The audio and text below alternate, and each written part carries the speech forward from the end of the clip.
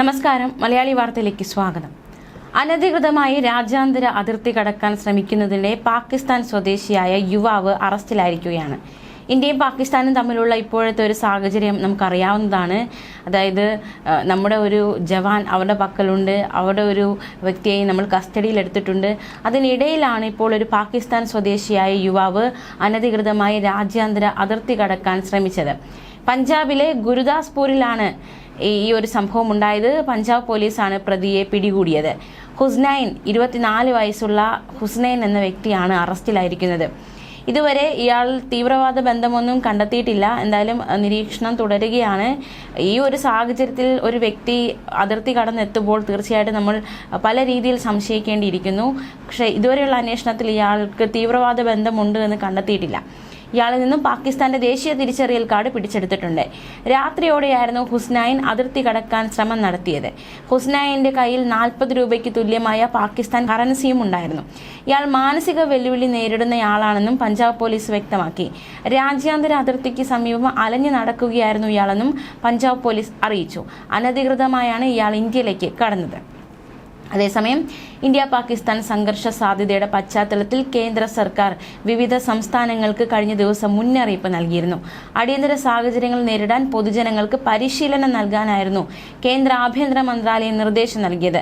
സംസ്ഥാനങ്ങളിൽ മോക്ക് ഡ്രില്ലുകൾ നടത്താനും നിർദ്ദേശിച്ചു. മെയ് 7-ാം തീയതി വിവിധ സംസ്ഥാനങ്ങളിൽ മോക്ക് ഡ്രില്ലുകൾ നടത്തണം. വ്യോമാക്രമണ മുന്നറിയിപ്പ് സൈറണുകൾ സ്ഥാപിക്കാനാണ് പ്രധാന നിർദ്ദേശം. ആക്രമണം ഉണ്ടാകുമ്പോൾ സ്വയരക്ഷ ഉറപ്പുവരുത്താനായി പൊതുജനങ്ങളും വിദ്യാർത്ഥികളും ഉൾപ്പെടെ സ്വീകരിക്കേണ്ട നടപടികളെക്കുറിച്ച് അവർക്ക് പരിശീലനം നൽകണം. എന്തെങ്കിലും തരത്തിലുള്ള അടിയന്തര സാഹചര്യങ്ങൾ ഉണ്ടായാൽ അപ്പോൾ സ്വീകരിക്കേണ്ട നടപടികളെക്കുറിച്ച് പരിശീലനം നൽകണം. പ്രധാന കെട്ടിടങ്ങളുടെയും പ്ലാന്റുകളുടെയും സംരക്ഷണത്തിനായി സ്വീകരിക്കേണ്ട നടപടികളും തയ്യാറാക്കണമെന്നാണ് ആഭ്യന്തര മന്ത്രാലയം സംസ്ഥാനങ്ങൾക്ക് നിർദ്ദേശം നൽകിയിരിക്കുന്നത്. അടിയന്തര സാഹചര്യങ്ങളിൽ ആളുകളെ ഒഴിപ്പിക്കാനുള്ള പദ്ധതികൾ സംസ്ഥാന തലത്തിൽ നവീകരിക്കുകയും അതിന്മേൽ പൊതുജനങ്ങൾക്ക് പ്രായോഗിക പരിശീലനം ഉൾപ്പെടെ നൽകാനും നിർദ്ദേശത്തിൽ വ്യക്തമാക്കിയിട്ടുണ്ട്. അതിനിടെ റഷ്യൻ പ്രസിഡന്റ് വ്ളാഡിമിർ പുടിനും പ്രധാനമന്ത്രി നരേന്ദ്രമോദിയും തമ്മിൽ ഫോണിൽ കഴിഞ്ഞ ദിവസം സംസാരിച്ചു. ഭീകരതയ്ക്കെതിരായ ഇന്ത്യയുടെ പോരാട്ടത്തിൽ നിർണായക പിന്തുണയാണ് പുടിൻ പ്രഖ്യാപിച്ചത്. മോദിയുമായി ഫോണിൽ വിശദമായി തന്നെ അദ്ദേഹം സംസാരിച്ചു.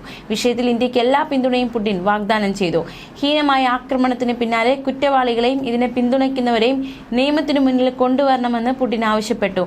പിന്തുണ പ്രഖ്യാപിക്കുക മാത്രമല്ല, ഇന്ത്യ സന്ദർശിക്കാനുള്ള നരേന്ദ്രമോദിയുടെ ക്ഷണവും വ്ളാഡിമിർ പുടിൻ സ്വീകരിച്ചു. വർഷാവസാനം ഇന്ത്യയിൽ നടക്കുന്ന വാർഷിക ഉച്ചകോടിയിലേക്കാണ് മോദി പുടിനെ ക്ഷണിച്ചത്. എന്നാകും പുടിന്റെ ഇന്ത്യ സന്ദർശനം എന്ന കാര്യത്തിൽ വ്യക്തത വന്നിട്ടില്ല. ഇന്ത്യ റഷ്യ തമ്മിലുള്ള തന്ത്രപരമായ പങ്കാളിത്തം കൂടുതൽ ആഴത്തിലാക്കാനുള്ള പ്രതിബദ്ധത ഇരു നേതാക്കളും ചർച്ചയിൽ വീണ്ടും ചർച്ച ചെയ്തു. നേരത്തെ രാജ്യത്തെ നടുക്കിയ പഹൽഗാം ഭീകരാക്രമണത്തിന്റെ പശ്ചാത്തലത്തിൽ പ്രധാനമന്ത്രി നരേന്ദ്രമോദി മെയ് 9 നടക്കാനിരുന്ന വിക്ടറി ഡേ ആഘോഷങ്ങളിൽ പങ്കെടുക്കാനുള്ള റഷ്യൻ യാത്ര റദ്ദാക്കിയിരുന്നു. അതേസമയം ഈ പഹൽഗാം ഭീകരാക്രമണം ഇരു രാജ്യങ്ങൾക്കുമിടയിൽ സൃഷ്ടിച്ചിരിക്കുന്ന വിള്ളൽ വലുത് തന്നെയാണ്. ഇതിനിടെ ഈ പാകിസ്ഥാനെതിരെയുള്ള നടപടികൾ ഇന്ത്യ കടുപ്പിച്ചിരിക്കുകയാണ്. ചിനാബ് നദിയിലെ സലാൽ ഡാമിൽ നിന്നുള്ള ജലമൊഴുക്കും ഇന്ത്യ നിയന്ത്രിച്ചിരിക്കുകയാണ്. ബഹ്ലിഹാർ ഡാമിൽ നിന്നുള്ള ഒഴുക്ക് നേരത്തെ കുറച്ചിരുന്നു. അതിന് പിന്നാലെയാണ് ഇപ്പോൾ ചിനാബ് നദിയിലെ സലാൽ ഡാമിൽ നിന്നുള്ള ജലമൊഴുക്കും ഇന്ത്യ നിയന്ത്രിച്ചത്. അതേസമയം പാകിസ്ഥാനിലേക്കുള്ള ജലമൊഴുക്ക് കുറയ്ക്കാൻ തുടർ നടപടികൾ ഇന്ത്യ സ്വീകരിക്കുന്നതിനിടെ UN രക്ഷാസമിതിയുടെ അടിയന്തര യോഗം ഇന്ന് ചേരും. സംഘർഷം ഒഴിവാക്കണമെന്ന പ്രസ്താവന യോഗം ഇറക്കാനുള്ള സാധ്യതയുണ്ട്. കൂടുതൽ ഡാമുകളിൽ നിന്ന് ജലമൊഴുക്ക് തടയുന്നത് പരിശോധിക്കാൻ 50-ലധികം വിദഗ്ധരെ ഇന്ത്യ നിയോഗിച്ചു. ഇവരെ കശ്മീരിലേക്ക് ഇന്ത്യ അയച്ചു. ജലം തടഞ്ഞാൽ യുദ്ധമെന്ന് നേരത്തെ പറഞ്ഞ പാകിസ്ഥാൻ ഇപ്പോൾ സഹായത്തിനായി UN രക്ഷാസമിതിയെയും റഷ്യയെയും സമീപിക്കുകയാണ്. UN രക്ഷാസമിതിയിൽ സ്ഥിരമല്ലാത്ത 10 അംഗരാജ്യങ്ങളിൽ നിലവിൽ പാകിസ്ഥാനുമുണ്ട്. ഈ സാഹചര്യത്തിലാണ് രഹസ്യയോഗം വിളിക്കണമെന്ന പാകിസ്ഥാന്റെ ആവശ്യം അംഗീകരിച്ചത്. നേരത്തെ പഹൽഗാം ആക്രമണത്തെ അപലപിച്ച് രക്ഷാസമിതി പ്രമേയം പാസാക്കിയിരുന്നു. ഇതിൽ ഇന്ത്യയുമായി പാകിസ്ഥാൻ സഹകരിക്കണം എന്ന ഭാഗം ഒഴിവാക്കാൻ ചൈന ഇടപെട്ടിരുന്നു എന്നതും ശ്രദ്ധേയമാണ്. ഇന്ത്യ സിന്ധു നദീജല കരാർ മരവിപ്പിച്ചതടക്കം വിഷയങ്ങൾ പ്രമേയത്തിൽ കൊണ്ടുവരാനാണ് പാകിസ്ഥാൻ ശ്രമിക്കുന്നത്. എന്തായാലും ഇന്ത്യയുടെ ചിനാബ് നദിയിലെ ബഗ്ലിഹാർ ഡാമിൽ നിന്നുള്ള ജലമൊഴുക്ക് കുറച്ച ഇന്ത്യയുടെ ഒരു നടപടി അത് പാകിസ്ഥാൻ കനത്ത തിരിച്ചടിയായി മാറിയിരിക്കുകയാണ്. ഡാമിൽ നിന്നുള്ള ഒഴുക്ക് കുറച്ച് ദിവസത്തേക്ക് നിർത്തിവയ്ക്കാനാണ് ഇപ്പോഴത്തെ തീരുമാനം. കശ്മീരിലെ ഉളർ തടാകത്തിനടുത്ത് തടയണ നിർമ്മിക്കാനുള്ള നീക്കവും ഇന്ത്യ സജീവമാക്കുന്നുണ്ട്. കിഷൻഗംഗ, രത്ലെ ഡാമുകളിലെ തർക്കത്തിൽ ലോകബാങ്ക് നേരത്തെ ഇടപെട്ടിരുന്നു. ഇനി മധ്യസ്ഥത വേണ്ട എന്ന് ഇന്ത്യ ലോകബാങ്കിനെ അറിയിച്ചു. ഓഗസ്റ്റിൽ നടക്കുന്ന യോഗത്തിൽ പങ്കെടുക്കേണ്ടതില്ല എന്നും ഇന്ത്യ തീരുമാനിച്ചു. 6 ജലവൈദ്യുത പദ്ധതികളും തടയണകളും നിർമ്മിക്കുന്നത് ആലോചിക്കാൻ 50 എഞ്ചിനീയർമാരെ ഇന്ത്യ കശ്മീരിലേക്ക് അയച്ചു. ഇതിനിടെ തിരിച്ചടിക്കാനുള്ള തയ്യാറെടുപ്പ് കേന്ദ്രം തുടരുകയാണ്. സേനാ മേധാവികൾക്ക് പിന്നാലെ പ്രതിരോധ സെക്രട്ടറി രാജേഷ് കുമാർ സിംഗും പ്രധാനമന്ത്രിയെ കണ്ടിരുന്നു. എന്തായാലും ഈ ഭീകരാക്രമണത്തെ ഐക്യരാഷ്ട്രസഭ അപലപിച്ചിരിക്കുകയാണ്. സാധാരണക്കാരെ ആക്രമിക്കുന്നത് അംഗീകരിക്കാൻ കഴിയില്ലെന്ന് UN secretary general Antonio Guterres പറഞ്ഞു.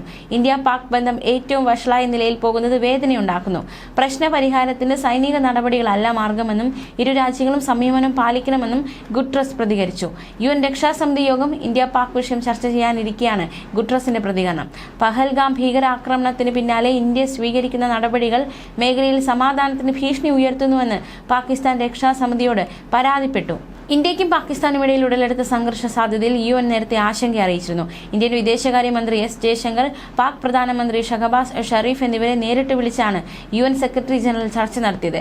നേരത്തെ തന്നെ ഭീകരാക്രമണത്തെ അപലപിച്ച് ഐക്യരാഷ്ട്രസഭ രംഗത്തെത്തിയിരുന്നു. ഏത് തരത്തിലുള്ള മധ്യസ്ഥത വഹിക്കാനും UN ഒരുക്കമാണെന്നും സെക്രട്ടറി ജനറൽ അറിയിച്ചു. യുദ്ധം ഒന്നിനും പരിഹാരമല്ല. ഇന്ത്യ പാക് അതിർത്തികളിൽ വർദ്ധിച്ചു വരുന്ന ആശങ്ക അവസാനിപ്പിക്കണമെന്നാണ് UN ആവശ്യപ്പെട്ടിരിക്കുന്നത്. പാകിസ്ഥാനിലേക്കുള്ള ജലമൊഴുക്ക് കുറയ്ക്കാൻ തുടർ നടപടികൾ ഇന്ത്യ സ്വീകരിക്കുന്നതിനിടെയാണ് UN രക്ഷാസമിതിയുടെ അടിയന്തര യോഗം ചേരാനിരിക്കുന്നത്. കൂടുതൽ ഡാമുകളിൽ നിന്ന് ജലമൊഴുക്ക് തടയുന്നത് പരിശോധിക്കാൻ 50-ലധികം വിദഗ്ധരെയാണ് ഇന്ത്യ നിയോഗിച്ചിരിക്കുന്നത്. അതേസമയം പഹൽഗാം ഭീകരാക്രമണം നടത്തിയ ഭീകരരെ സഹായിക്കുന്നവർക്കെതിരെ നടപടികൾ കടുപ്പിച്ച് ജമ്മു കശ്മീർ പോലീസ്. 2800 പേരെ കസ്റ്റഡിയിലെടുത്തെന്ന് കശ്മീർ IG VK വിർദി അറിയിച്ചു. 90 പേർക്കെതിരെ PSA നിയമപ്രകാരം കേസെടുത്തു. സംസ്ഥാന വ്യാപകമായി തെരച്ചിൽ നടപടികൾ തുടരുകയാണെന്നും IG അറിയിച്ചു. സെൻസിറ്റീവ് മേഖലകളിൽ സുരക്ഷാ വിന്യാസം ശക്തമാക്കി. ജനങ്ങളുമായി പരമാവധി സഹകരിച്ചാണ് നടപടികളെന്നും ഉന്നത ഉദ്യോഗസ്ഥർ കൂട്ടിച്ചേർത്തു. അതേസമയം ഭീകരർക്കായി കശ്മീരിൽ തെരച്ചിൽ തുടരുകയാണ്. അനന്തനാഗ് മേഖലയിലാണ് തെരച്ചിൽ. അതിർത്തിയിൽ ശക്തമായ സുരക്ഷാ വിന്യാസവും തുടരുന്നുണ്ട്. പാകിസ്ഥാൻ നിരന്തരം വെടിനിർത്തൽ കരാർ ലംഘിക്കുന്നതിനാൽ നിയന്ത്രണ രേഖയിലും ശക്തമായ സുരക്ഷാ വിന്യാസമാണുള്ളത്. ഇതിനിടെ ഇന്ത്യൻ കരസേന അടിയന്തര സാഹചര്യം നേരിടാനുള്ള മോക്ക് ഡ്രിൽ നടത്തി. പഞ്ചാബിലെ ഫിറോസ്പൂരിലാണ് ലൈറ്റുകളെല്ലാം അണച്ച് കരസേന ബ്ലാക്ക് ഔട്ട് ഡ്രിൽ നടത്തിയത്. അതേസമയം പാകിസ്ഥാന് ചുട്ട മറുപടി നൽകുമെന്ന് ആവർത്തിച്ച് പ്രതിരോധ മന്ത്രി രാജ്നാഥ് സിംഗ്. പഹൽഗാം ഭീകരാക്രമണത്തിന് രാജ്യം ആഗ്രഹിക്കുന്ന തിരിച്ചടി ഉണ്ടാകുമെന്നും അതിർത്തി കാക്കുന്ന സൈനികർക്ക് പൂർണ്ണ പിന്തുണയെന്നും പ്രതിരോധ മന്ത്രി പറഞ്ഞു. പഹൽഗാം ഭീകരാക്രമണത്തെ തുടർന്ന് ഇന്ത്യൻ വിമാനങ്ങൾക്ക് തങ്ങളുടെ വ്യോമപാതയിലേക്ക് അനുമതി നിഷേധിച്ച തീരുമാനം പാകിസ്ഥാന് തന്നെ തിരിച്ചടിയായി. ഇന്ത്യയിലേക്ക് സർവീസ് നടത്തുന്ന വിദേശ വിമാന സർവീസുകളും പാകിസ്ഥാൻ വ്യോമപാത ഒഴിവാക്കാൻ തുടങ്ങിയതോടെയാണ് സ്വന്തം തീരുമാനം തങ്ങൾക്ക് തന്നെ പാരയായെന്ന് പാകിസ്ഥാൻ തിരിച്ചറിഞ്ഞത്. എയർ ഫ്രാൻസ്, ലുഫ്താൻസ എന്നീ വിമാനങ്ങളാണ് പാക് വ്യോമപാത ഒഴിവാക്കിയത്. ഇന്ത്യയിലേക്കും തിരിച്ചുമുള്ള ഇന്ത്യൻ വിമാന കമ്പനികളെ വിലക്കിയപ്പോൾ ഇവർ മാത്രമാകും തങ്ങളുടെ വ്യോമപാത ഉപയോഗിക്കാതിരിക്കുക എന്ന് പ്രതീക്ഷിച്ച പാകിസ്ഥാന് മറ്റ് വിമാന കമ്പനികളുടെ തീരുമാനം കനത്ത തിരിച്ചടിയാണ് ഏൽപ്പിച്ചിരിക്കുന്നത്.